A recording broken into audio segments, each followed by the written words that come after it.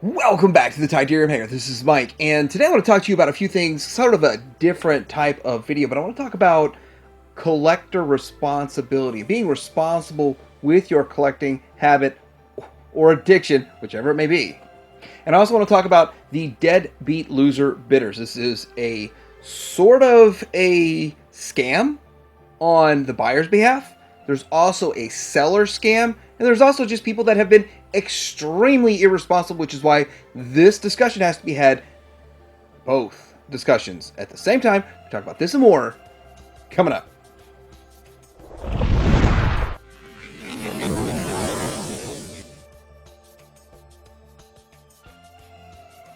All right, so first off, I want to start this out by saying there are some really hard financial times right now. We are going into probably the hardest times that we've seen in a long time as a country, as a world.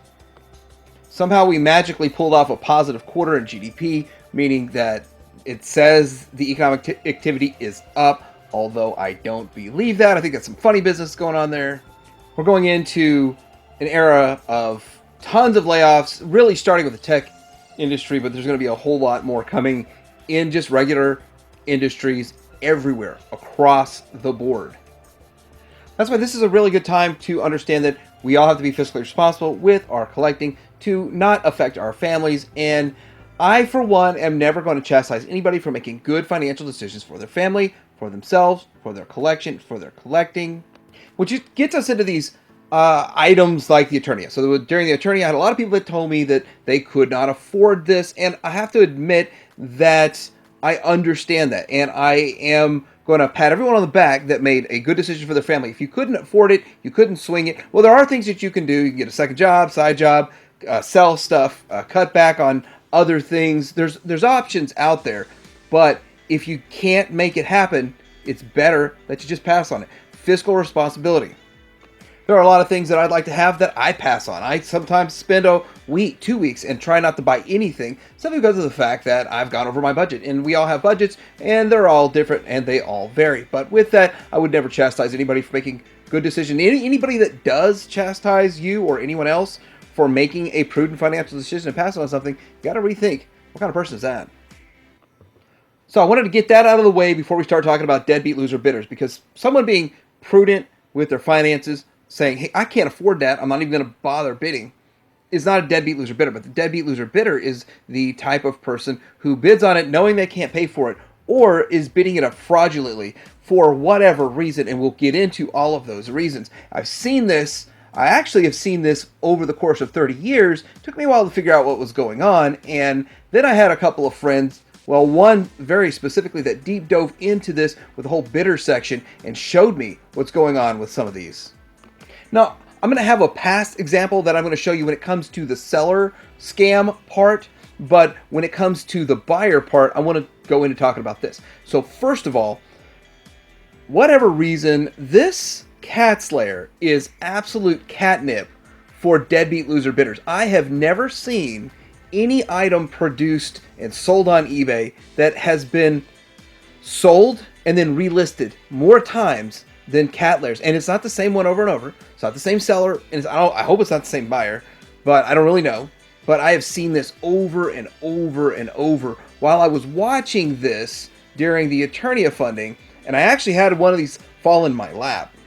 So if you do a quick search on eBay and you look through completeds, scroll down and you see the same picture, and I'm not going to show any of the sellers, or I'm trying not to get any personal information from sellers or from bidders or any of that kind of stuff. I'm not going to show any of that kind of stuff on here. I just want to avoid all that. So all you're seeing is pictures. But if you scroll through and you see the same picture 2 or 3 times, that means that that seller was a victim of a deadbeat loser bidder. Now, I'm not even here to say that the seller is put out that much. Literally, they don't lose anything. They just put it back up and go again. But there is some negative connotation that's going to affect all collectors.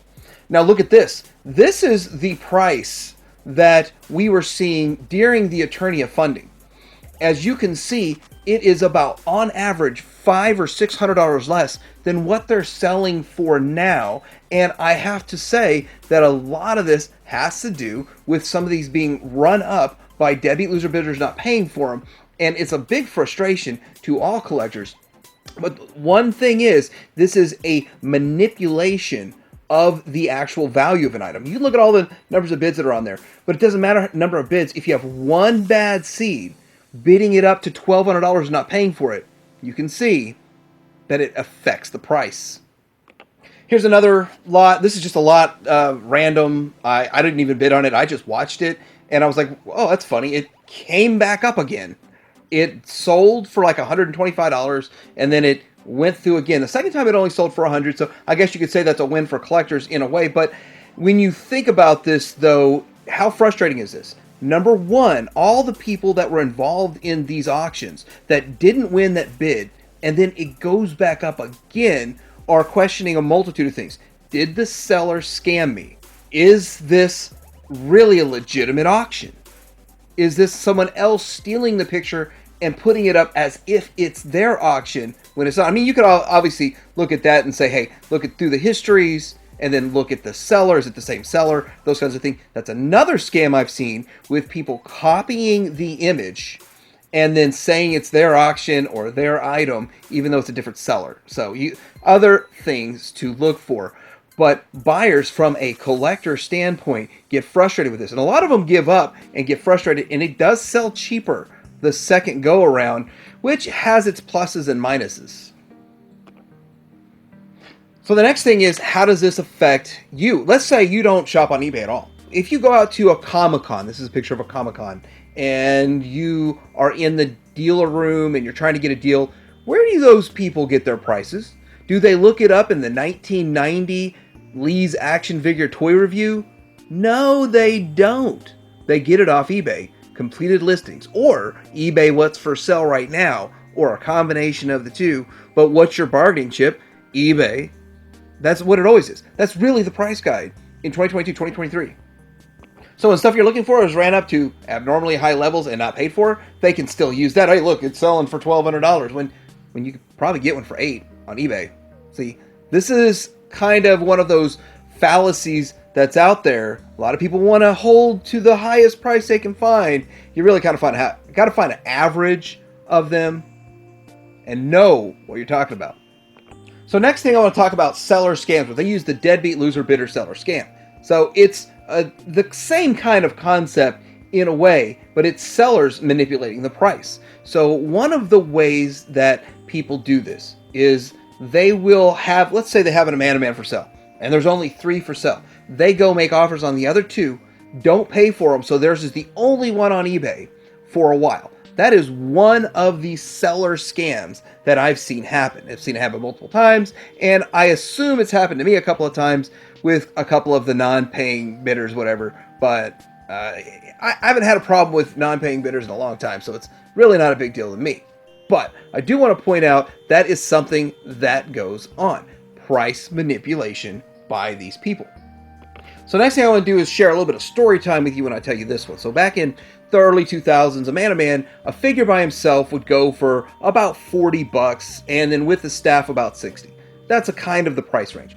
This figure with a staff, not this exact one, but one, was up for sale, and it was at like $30 or $40, and I was going to bid on that, and I bid $62. Now, by today's standards, that sounds like a steal, but you got to think 15 years ago, that's about market value at the time. And I already had 2 or 3 of them that didn't have a staff that had gotten for $20 or cheaper, and I just like, hey, I just need a staff. So I'm willing to spend $62 on this. So I bid the 62. I was the top bidder, and at the very end, I got outbid by $1. Then about 5 or 10 minutes later, I get something called a second chance offer. So a second chance offer is something where I don't even know if they do it anymore. I know that happened to me 15 years ago, and I haven't really had it happen much since, but this is where you were the second highest bidder, and since the first one didn't pay, they give you the opportunity to buy it. So every time I ever hear of second chance offer, I think that's a scammer. That is somebody who's scamming. I remember the name of this person too, but I'm not going to reveal his name or her name, but it's something with fecal matter thrower or something along those lines. So fecal matter thrower sent me the second chance offer. I turned it down, I declined it, and I was like, whew, I didn't spend $63 on something that I pretty much already have and just need a staff. I eventually got a staff way cheaper. It actually was about $1 down the road. So how does this seller do this? Well, basically they just have their friend bid up the auction or try to push you up. And I actually watched this happen recently with another listing where something was 40 bucks, went to like 500 or something. I was like, that's not worth 500. I watched it happen just the other day, and I figure I got to talk about this. So when this happens, I have a problem with it because eBay doesn't do enough. So after 4 days or so, then you can relist your item or whatever. But the people who are doing this and causing damage to the community and damage to buyers and sellers alike, and frustrating buyers that are trying to get these items, well, they get a slap on the wrist. I think if they do it so many times, so often, they don't pay for an item so often, then they get like a week suspension, or they can't bid for a week or something like that. But it's one of those things. The reason eBay is easy and light on them because they need as many buyers as possible, but they also need as many sellers as possible. So it's an equilibrium balance. I just don't feel like eBay does enough to them, does enough to these people that bid and don't pay. So there's a lot of great things coming up, a lot of things that we need to be fiscally responsible for. This time of year, it's tough because Christmas, holidays, all that kind of stuff rolling in. But great things like this Thunder Tank that's coming down the pipeline. I don't know how people can afford these 1/6 scale figures. It's just amazing. That's like $800 sitting right there with just a He-Man and a Battle Cat. But with all the stuff coming out, all the great things coming out, you got to be fiscally responsible, plan for what you're going to buy, and if you want to do stuff in the part-time to do a side hustle, sell some stuff and all that kind of stuff, remember 1099K time's coming pretty soon. But whatever you do, don't be a deadbeat loser bidder and don't contribute to the problem. Try to be part of the solution. Let me know what you think about this. Have you ever been affected by any of these scams, bidder scam, seller scam, all that kind of stuff? I've done some eBay videos who trying to teach you about the red flags and buying and selling and all that kind of stuff. And so this one right now is just more or less one scam or a group of scams that you could fall for. Let me know in the comments below, like and subscribe. Tell your hanger out.